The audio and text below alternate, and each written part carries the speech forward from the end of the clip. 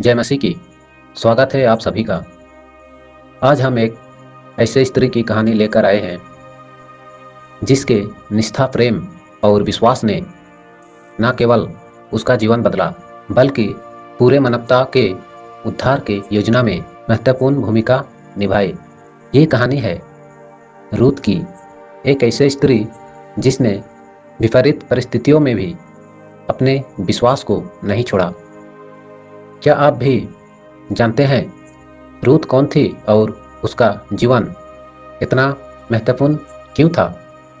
क्या आपने कभी सोचा है कि उसके निष्ठा और प्रेम ने कैसे एक न्याय पीढ़ी को आशीष किया?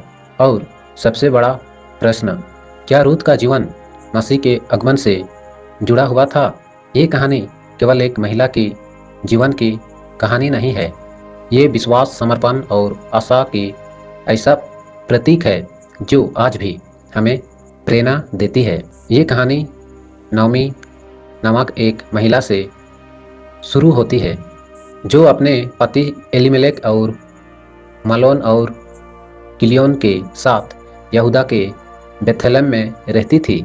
लेकिन उस समय बेथलेहम में अकाल पड़ा जिसके कारण नामी और उसका परिवार मोआब नामक देश में रहने चला।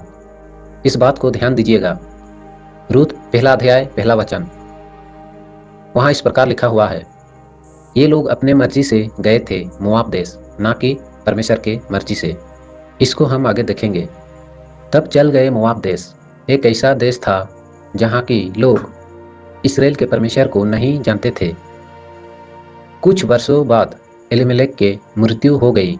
नाओमी के दोनों बेटों ने मोआब के महिलाओं से विवाह किया। मलोन ने रूथ और किलियोन ने ओर्पा से विवाह किया। लेकिन दुख का सिलसिला यहाँ खत्म नहीं हुआ। कुछ समय बाद नाओमी के दोनों बेटे भी मर गए। अब नाओमी अकेले रह गई। उसके पास ना पति था ना बेटे। उसने निर्णय लिया कि वो अपने देश यहूदा लौट जाए, क्योंकि उसने सुना कि परमेश्वर ने यहूदा के भूमि को फिर से आशीष दी है।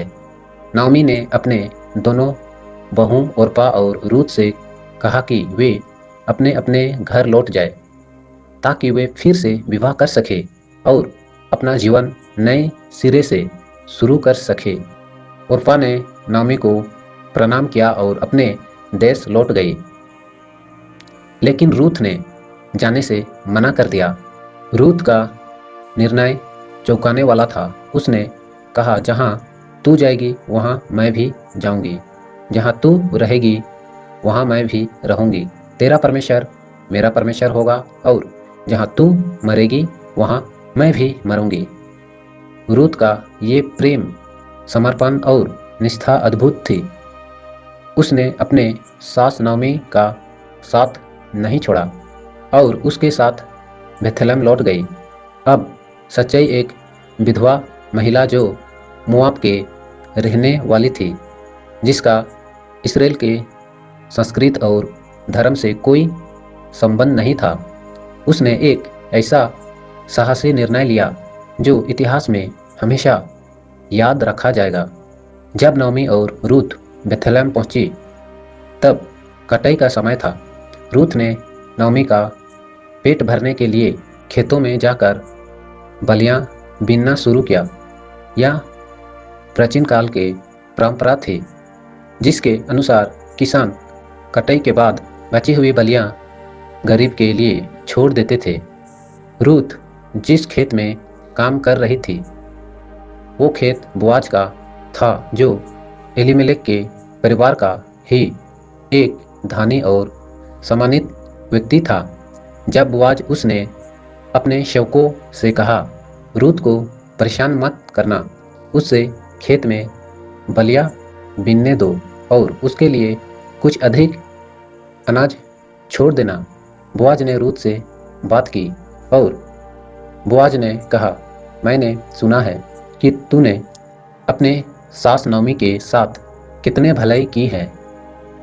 तूने अपने माता पिता और जन्मभूमि को छोड़कर परमेश्वर के लोगों के साथ रहने का निर्णय लिया है, परमेश्वर तेरा प्रतिफल दे और तुझे भरपूर आशीष दे। जब नौमी ने ये सुना कि रूथ ने बोआज के खेत में काम किया है, तो उसने कहा, बोआज हमारा कुटुंब वाला है।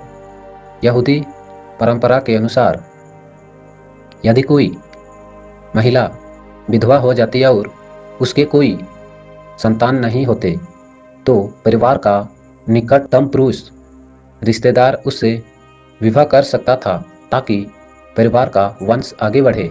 नौमी ने रूथ को सलाह दी, रात को जब बोआज अपने खलियान में जाए कि डेरे के पास सोएगा, तो तू जाकर उसके पाँव के पास लेटना। वो समझ जाएगा कि तुझे उससे विवाह करना है। रूथ ने नौमी की बात मानी और वैसा ही किया। बोआज ने जब ये देखा तो वो प्रभावित हुआ।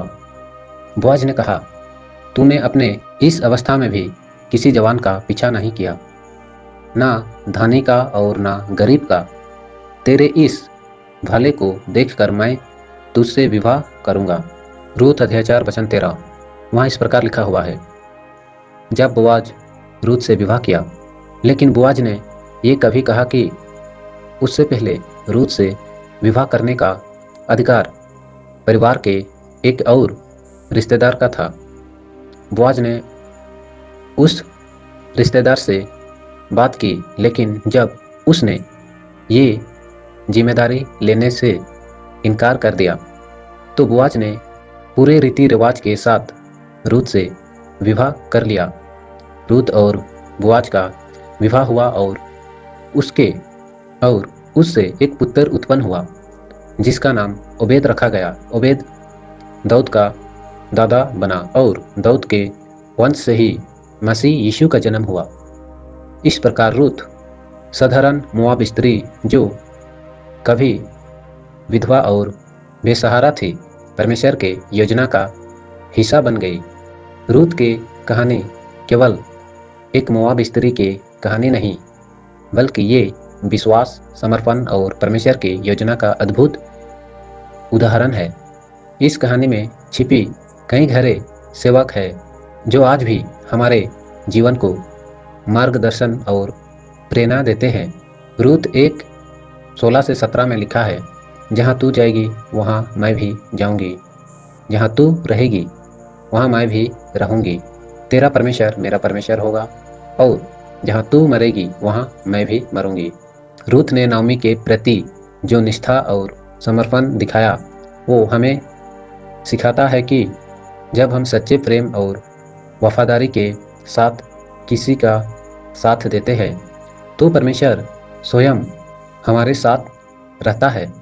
रूथ ने एक अनजान भूमि में, अनजान लोगों के बीच, उसने अपना देश, अपना परिवार और अपने संस्कृति छोड़ दी, लेकिन उसने नाओमी और यहोवा परमेश्वर पर अपना विश्वास बनाए रखा। हमें भी जब अपना जीवन में दुख, चिंता, परेशानी लगे, तब भी परमेश्वर पर भरोसा रखना चाहिए।